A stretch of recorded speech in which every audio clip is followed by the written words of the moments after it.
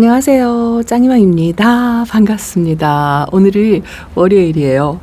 주말 이틀을 쉬고 나서 월요일날 출근을 하려니까 상당히 피곤하더라고요. 이게 점점 이제 나이가 들으니까 일에 꾀가 난다고 할까요? 일이 무서워요, 이제. 그전에는 일이 겁 없이 진짜 일하는 게 즐거웠고 당연히 일을 하는 거다 뭐 이렇게 생각을 했는데 이제 나이가 먹으니까요. 점점 일이 저한테 짐이 된다는 뭐 이런 게 살짝 든답니다. 아이고, 첫 영상부터 나이 타령을 했죠. 제 베란다 다육이들이 어제 영하 1도, 2도, 대전에 2도였더라고요. 근데 저 비닐 덮개도 안 덮고 그냥 깡노숙 했어요. 제가 누누이 말씀드리지만 영상에 온도로 낮의 시간에 10도 이상이면 밤에 1, 2도로 떨어지는 거는 괜찮다라고 말씀을 드리는데 사실은 이게 애매해요. 다육이 상태에 따라서 또 다르고 또 지역 간의 편차, 이 산하고 가깝든지 물하고 가깝든지 이 바람이 많은 곳 이런 거에 따라서 또 많이 달라서 뭐 제가 괜찮다 하고 말씀을 드렸다가 또 노숙을 해서 냉이를 입는 피해도 덜어는 있습니다만 제가 오늘 일기예보를 확인해 보니까요. 앞으로는 내일 비 소식이 제가 있다고 말씀을 드렸죠. 그래서 지금 비를 기다린다 하고 말씀을 드렸는데 지금 상당히 물이 고픈 상태예요. 근데 한 2주 정도 일기예보를 확인해 보니까요. 영하 1도로 떨어지는 날이 딱 하루 있고 그 다음부터는 계속 이제 영상권이고요. 그리고 낮에 기온도 이제 15도 이상 올라가는 날짜가 많이 있더라고요. 그래서 요번에 한 하루 이틀 영하 1도인 날씨 요것만 지내고 나면 이제 완전 노숙을 해도 진짜 괜찮다 싶은 생각이 들더라고요. 처음 노숙을 하시는 분들도 이제 3월 말에서 4월 초면 웬만하면 다 나가요. 그래서 일기예보 꼭 확인하시고요. 뭐 영화가 무섭다 하시면 영화가 없어지는 그 날짜 시기부터 해가지고 노숙을 시작하시면 될 것 같고요. 지금 저희 베란다 다육이들은 내일 비가 올 거를 조금 제가 기다렸다가 물관수를 하려고 하다 보니까요. 전체적으로 지금 다 물이 고파요. 이 러우는 제가 저면관수를 어저께 하려고 하다가 비를 맞추는 게 더 훨씬 저면관수보다 효과가 좋겠다 싶어가지고 비를 기다리다가 이거 망하는 거 아닌지 모르겠습니다. 내일 비의 양도 그리 많지 않을 것 같다라는 댓글이 엄청 많았어요. 많지 않은데 그런데 제가 내일까지 그냥 기다리고는 이유가 지금 이렇게 오늘같이 비가 없는 날요. 저도 이제 이걸 안으로 들여서 수돗물 관수를 할 수가 없어요. 드리려고 하니까 엄두가 안 나요. 그래서 이제 저녁에 밤이죠. 밤에 와서 여기다 수돗물을 이렇게 뿌려서 관수를 해야 되는데 제가 관수할 때마다 거리대에다 놓고 수돗물 관수를 하면 아래층에 피해가 안 가냐고 이렇게 걱정을 하시는 분들이 그 물관수 할 때마다 있어요. 왜냐하면 이제 예전 영상을 보셨던 분들은 아시겠지만 그래도 제 영상을 본 지 얼마 안 되신 분들 그런 분들은 걱정거리가 많죠. 그런데 제 아래층에 아주머니께서도요 다육이를 조금 키우세요. 제 영상도 보시고 많이는 아니어도 화초를 굉장히 잘 키우시는 분이세요. 그래서 다육이를 이제 시작해서 막 키우고 계신데 제 영상을 보면서 제가 물관수할 때 그 다육이들도 물관수를 하신다 하고 그 정도로 식물에 대한 이해도가 굉장히 좋고요. 이 이웃 간의 정이 굉장히 많으신 분이라 제가 물관수 하는 날은 전화를 드려요. 저 물관수 할 건데요. 창문 좀 닫아주세요. 이렇게 하고 말씀을 드리면 편하게 하시라고 말씀이라도 그렇게 해주신답니다. 그래서 내일은 이제 비가 오면 전화를 안 드리고 그냥 뿌려요. 편하게. 비가 뭐 조금 더 많이 오는구나 뭐 이렇게 생각하실 수도 있겠지만 비가 아예 안 오는 날 제가 관수를 해야 될 경우에는 전화를 반드시 드린답니다. 그러면 하시는 말씀이 뭐 그런 일로 번번이 전화를 하시냐고 그냥 주세요. 이렇게 이야기를 하세요. 이웃을 잘 만나는 것도 복이죠. 그렇답니다. 내일까지 참으려니까요. 어제도 참는다고 제가 말씀을 드렸는데 이게 자꾸 다육이들이 물 고픈 것 같다라고 생각을 하고 다육이들을 쳐다보니까요. 어제보다 물이 더 고픈 것 같아요. 얘는 목대가 이렇게 쏙 올라왔죠. 이게 맨날 이 앞쪽에서 이렇게 보다가 뒤에서 보니까 목대가 쑥 올라온 게 더 물이 고파 보인다는 그런 느낌이 든답니다. 제가 그 에어니엄석 아이들이 물을 좋아하나요? 하는 댓글이 있어가지고 잠깐 에어니엄석에 대해서 조금 말씀을 드린 다음에 물관수 하는 거 하고 저희 집 다육이 상태들 뭐 이런 거를 말씀을 드릴게요. 제가 집에서 키우는 에어니엄석이 많지 않아요. 대부분 예전에 키웠던 아이들은 거의 키핑장에 가 있어요. 키핑장에 가 있고 지금 키가 작은 아이들 그런 아이들만 한두 아이 데리고 있는데 요거는 제가 구독자님께 선물 받은 거예요. 요것도 분갈이하고서 천물을 한 번인가 먹고 그랬을 거예요. 제가 잊어버려가지고 두 번째 물까지 이제 요번에 줘야 되는데 지금 비 기다리고 물타임 기다리느라고 제가 이러고 있는데요. 이 아이는 물이 고파갖고 밑잎장에 막 쳐지고 하엽도 지고 그래가지고 제가 밑에 거를 제거를 해줬어요. 근데 요것도 위에는 그냥 물 반응을 하는 것 같아서 요번에는 물관수를 이제 충분히 수돗물 관수를 상면으로 해서 충분히 주려고 하는데요. 요 에어니엄석 물 좋아하냐고 여쭤보시더라고요. 에어니엄석 물 좋아해요. 다른 다육이보다 한 번 정도 더 줘도 돼요. 그리고 일반적인 에어니엄석 저기 저 아도데스 에어니엄석이거든요. 이렇게 잎이 얇은 요런 아이들도 에어니엄석이지만 에어니엄석 종류가 굉장히 많죠. 까라솔도 에어니엄석이에요. 요것도 에어니엄석이랍니다. 뭐 소인제 뭐 이런 것도 에어니엄석이에요. 그래서 다육이마다 다 다르지만 일반적으로 전체적으로 따져봐도 이것도 소인제도 다른 다육이에 비해서 물을 좋아해서 수간이 가늘어서 물을 한 번 더 주죠. 요 까라솔도 마찬가지예요. 보통 일반적인 에어니엄석은 빨간 불을 켜져 있어가지고 제가 빨간 불을 한번 끄고서 저 아가 보여드리면서 제가 말씀을 드릴게요. 자, 빨간 불을 껐습니다. 자리를 조금 바꿔봐야 될 것 같아요. 멀러 너가 내려가라. 자, 이렇게 하고 조금 보기 편하게 제가 촬영하기 편하게 하기 위해서 제가 키우는 에어니엄석을 이렇게 위에 올려놓겠습니다. 못생겼죠? 아가들이 엄청 나왔어요. 제가 꼬집기를 실시간 방송에서 했는데 어저께 토요일 날도 보여드렸는데 어제가 아닌가요? 그저께인가? 그런데 벌써 이렇게 많이 컸죠? 근데 이제 똥손을 면했다 뭐 이런 말씀들도 많이 하셨어요. 다둥이를 제가 뿌려줬는데요. 이게 다둥이의 효과였을까요? 층층이 아가가 저 밑에도 있어요. 저 밑에도 입장이 이 밑에도 아가가 저렇게 있답니다. 야, 이게 몇 개인지 숫자를 해보지는 않았어요. 제가 에어니엄석에 대해서 말씀을 드리려고 꺼내놨다가 저 밑에도 요 입장을 들춰보면은요, 저 밑에도 아가가 저렇게 있어요. 아주 신기합니다. 요거는 제가 나중에 하나 있는 거를 나중에 한 며칠 뒤에 했는데요. 여기도 꼬물꼬물 나옵니다. 너무 신기하고 이쁘죠? 여기도 나와요. 요게를 나중에 했구나. 요거를 나중에 했는데 여기도 나오더라고요. 어쨌든 지금 입장에 얼룩도 지고 아주 꼬집기를 해놔가지고 몰골이 못생기기는 했지만 자, 이런 아이들이 에어니엄석의 가장 대표적인 아이들이죠. 요 아이를 놓고 제가 설명을 드릴게요. 에어니엄석이 물을 좋아하는 이유는 입장이 얇아서예요. 입장이 얇아가지고 수분을 저장하는 공간이 다른 다육식물에 비해서 적어요. 이런 아이들은 입장이 도톰하잖아요. 이거 TP 금인데요. 아가 많이 컸죠. 근데 입장이 도톰한 아이들은 물을 저장할 수 있는 공간이 충분해요. 통통하니까 여기다 수분을 많이 저장하겠죠. 근데 에어니엄석은 입장이 얇아가지고 이것도 저장을 하긴 해요. 도톰합니다. 일반 관엽식물보다는 저장을 하기 때문에 다육식물로 들어가는데요.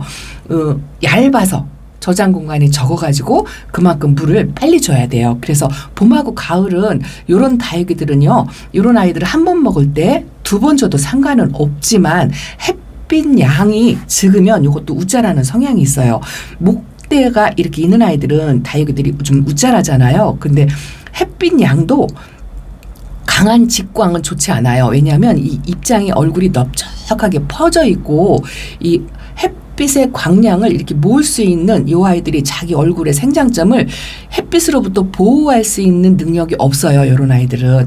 그래서 직광은 피해 주시고 그렇다고 햇빛이 아예 없으면 우짜라니까 반광, 반그늘, 반양지 뭐 이렇게 하죠. 오전 햇빛. 그래서 적당한 햇빛을 보게 하되 위에서 직광으로 아주 뜨겁게 내리는 그런 때는 이게 동용이잖아요. 그래서 한여름 때는요. 잠을 자요. 이 아이들이 특성이 있어서 모든 에어니움속들이 다 잠을 자는 건 아니지만 요런 에어니움속하고요. 이 에어니움속 소인제하고는 또 다르거든요. 요런 아이들도 동형이라 잠을 잔다고 해도 표시가 안 나요. 이 아이가 잠을 자는지 안 자는지 표가 안 나고 그대로 형태를 유지를 하고 있는데 요런 에어니움속은 잠을 자면은요 입장이 다 말라버리고 쪼글거리고 물을 줘도 물 반응을 안 해요. 건조하게 완전히 말라버렸고 그렇게 자는 아이들도 있거든요. 근데 이것도 관리하는 거에 따라서 조금 달라요. 반그늘에서 시원하게 관리하고 햇빛을 좀 덜 보게 하고 이제 여름 때는요. 저 맨 밑으로 내려놔요. 맨 아래 칸에 저렇게 시원하게 그렇게 내려놔가지고 관리를 하면 또 시원한 공간에서는 이 아이들이 잠을 좀 덜 자요. 안 자는 아이들도 있어요. 더러. 근데 공통적으로는 일반적으로는 에어니움속은 입장이 바짝 마르면서 잠을 자요. 물을 줘도 많이 안 먹고요. 일반적인 이런 다육이들도 여름에는 물의 양을 많이 안 주잖아요. 과습 물음병 뭐 이런 것 때문에도 그렇고 더위에는 또 생육 활동이라고 할까요? 대부분 다 멈춰요. 그런데 이렇게 잠을 자는 다육이들도 거의 비슷한 상태이기는 한데 얘는 표시가 안 난다는 것 뿐이고 얘는 표시가 확연하게 난다는 것 뿐이죠. 그래서 초보 때 우리가 에어니움속을 키우다가 여름에 입장이 바싹 마르고 얼굴이 작아지고 오그라들고 물 줘도 물 반응을 안 하고 그러면 아 얘가 죽었구나 하고 내다 버리는 분들도 있었어요. 근데 절대 에어니움속은 여름에 바짝 말라서 잠을 자는 상태 아주 꼬질꼬질하니 못생겨져요. 그렇게 돼도 절대 버리지 마시고 아래 칸에다가 반 그늘에다가 내려놓으셨다가 가을 되면 또 다시 살아나요. 물을 먹고 물을 받아 먹으면 다시 입장을 쫙 피면서 이렇게 살아납니다. 그래서 물을 좋아하되 직광은 조금 피하시고 한여름엔 잠을 자니까 반 그늘에다 넣고 관리를 하시라는 거 이런 정도로만 말씀을 드릴게요. 그래서 저 같은 경우는 이렇게 에어니움속은요 실내 베란다 안쪽에서 대부분 키워요. 이렇게 이제 아침 햇살이 드는 장소 그런 정도로 하고 예외로 거리대에 나간 아이도 있어요. 제가 그것도 하나 보여드릴게요. 자, 요거죠.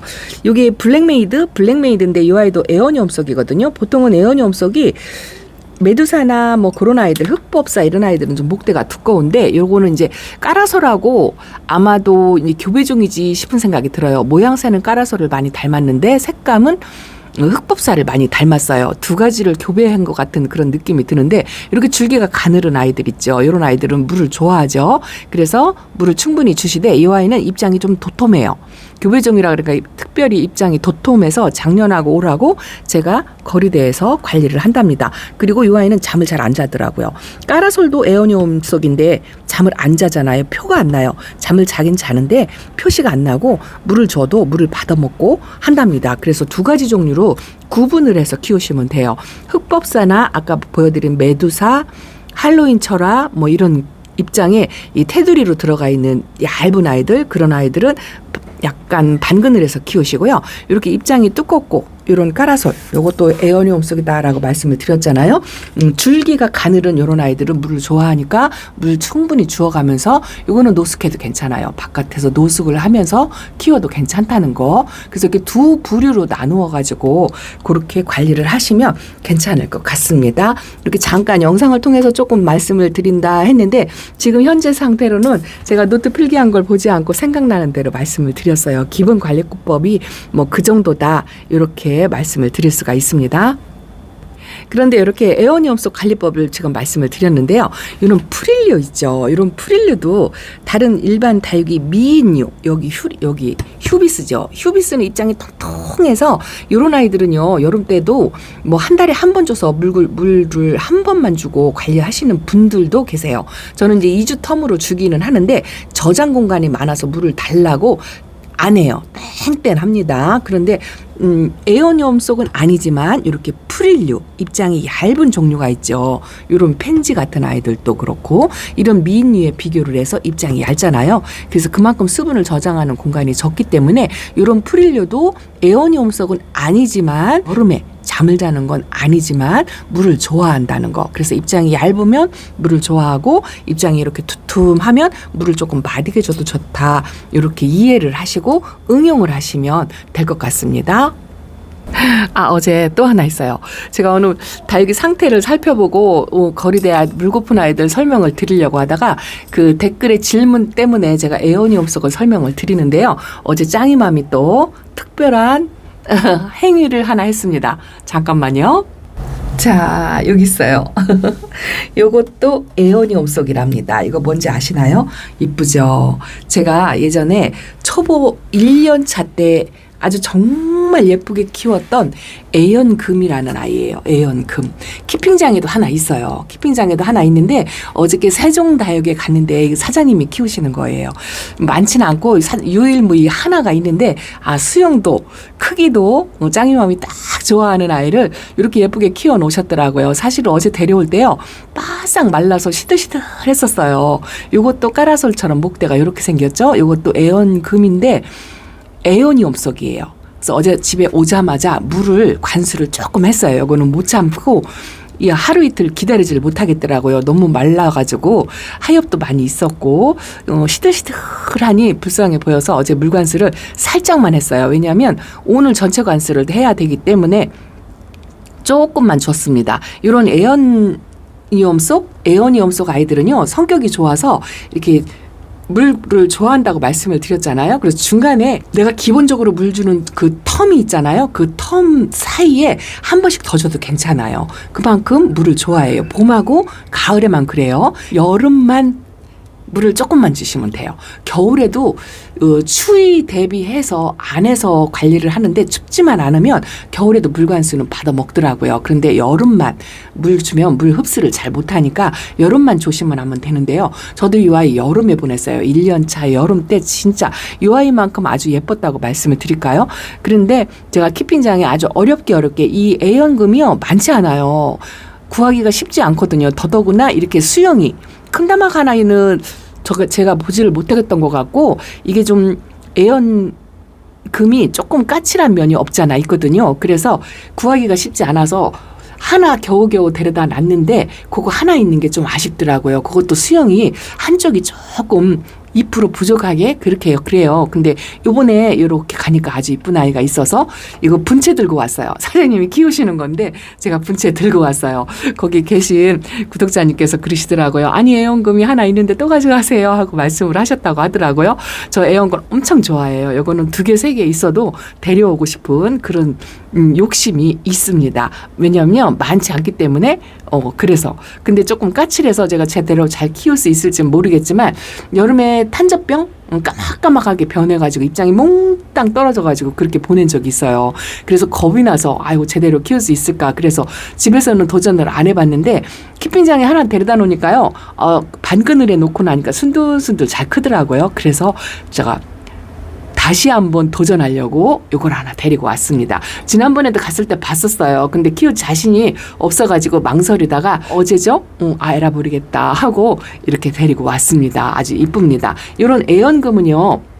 까라솔하고 거의 비슷하게 목대가 이렇게 얇죠? 까라솔도 목대가 이렇게 생겼어요. 아까 거리대에서 보여드린 블랙메이드도 이제 이런 식으로 생겼어요. 까라솔의 피를 많이 갖고 있는데 일반적인 애어니엄석은 저기 보여드린 것처럼 목대가 저렇게 손가락 굵기만큼 굵직하니 저렇죠. 이 목대에도 수분을 저장하기는 해요. 그런데 이렇게 두 종류인데요. 애어니엄석 이거의 공통점이 뭐냐면은요.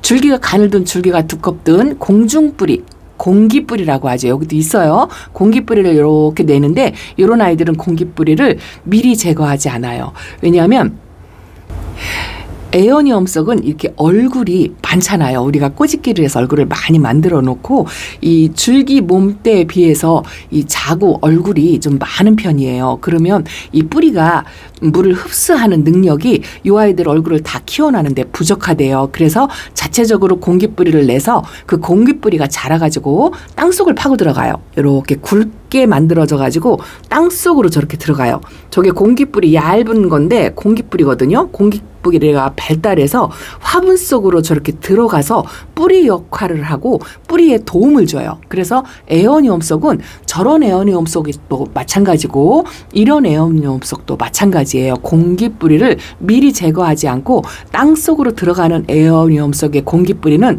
그대로 놔두고요. 땅속으로 들어가지 못하는 것만 지저분하니까 이렇게 정리를 해주는 정도, 그 정도로 관리를 하시면 된답니다. 이것도 아주 특징이에요.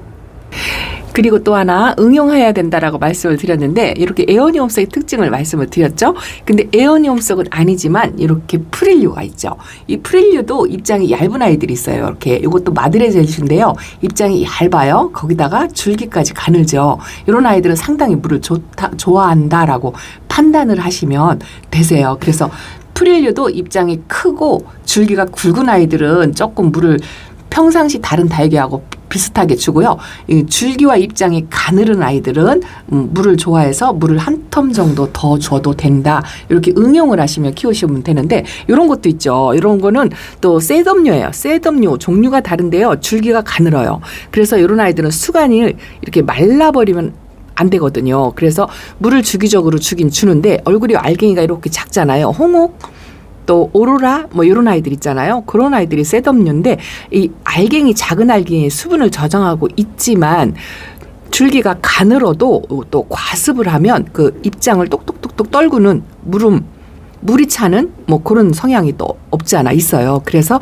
이 셋업류는 물을 또 조금 일반 다육이들하고 비슷하게 주면서 그렇게 관찰하면서 물관리법을 조금 또 다르게 한답니다. 똑같이 줄기가 가늘어도 요거는 마음 편하게 주셔도 돼요. 물음이 오거나 이런 거는 별로 없는데, 얘는 왜 까다로우냐면요, 병충해에 조금 취약해요. 금이 많아서 그런지 모르겠지만 저도 한번 실패하고 이번에 다시 도전하는 건데 잘 키울 수 있을지 모르겠습니다. 자, 오늘은 이렇게까지만 말씀을 드리고요. 아이고, 물관수하는 거 말씀드리려고 하다가 뭐 내일 비가 오는 거 양에 봐서 내일도 비 양이 시원치 않을 것 같은데, 흐리고 어쨌든 비가 오고 난 다음에는 아래층에 피해가 없을 것 같아서 거리대에서 상면에서 뿌려서 그렇게 물을 주려고 합니다. 그렇게 생각을 하고 보니까요, 아주 불쌍해 죽겠어요. 딴 때보다 더 물이 더 고픈 것 같은. 왜냐하면 주기는요, 지금 물 타임이 내일 모레 내일 뭐 이렇게 돼요. 그래서 일반적인 저의 물 주기인데, 이게 이제 더 말라 보이는 이유는 뭐냐면은요, 봄이라서 더 건조하고 바람이 좋아가지고 물마름이 훨씬 더 빨라요. 그래서 보통 때 겨울 때의 물주기보다 조금 더 말라 보인다는 뭐 그런 느낌이 든답니다. 안쓰러워 죽겠습니다. 오늘은요, 이렇게만 말씀을 드리고, 안쪽에 있는 아이들은 하나도 못 보여드렸네요. 자, 우리 베란다 소식 이렇게 전해드리고요. 내일은 진짜 수돗물로 와서 쫙쫙 뿌려주고 그렇게 시원하게 그렇게 영상에 또 한번 담아서 인사를 드리겠습니다. 감사합니다. 안녕히 계세요.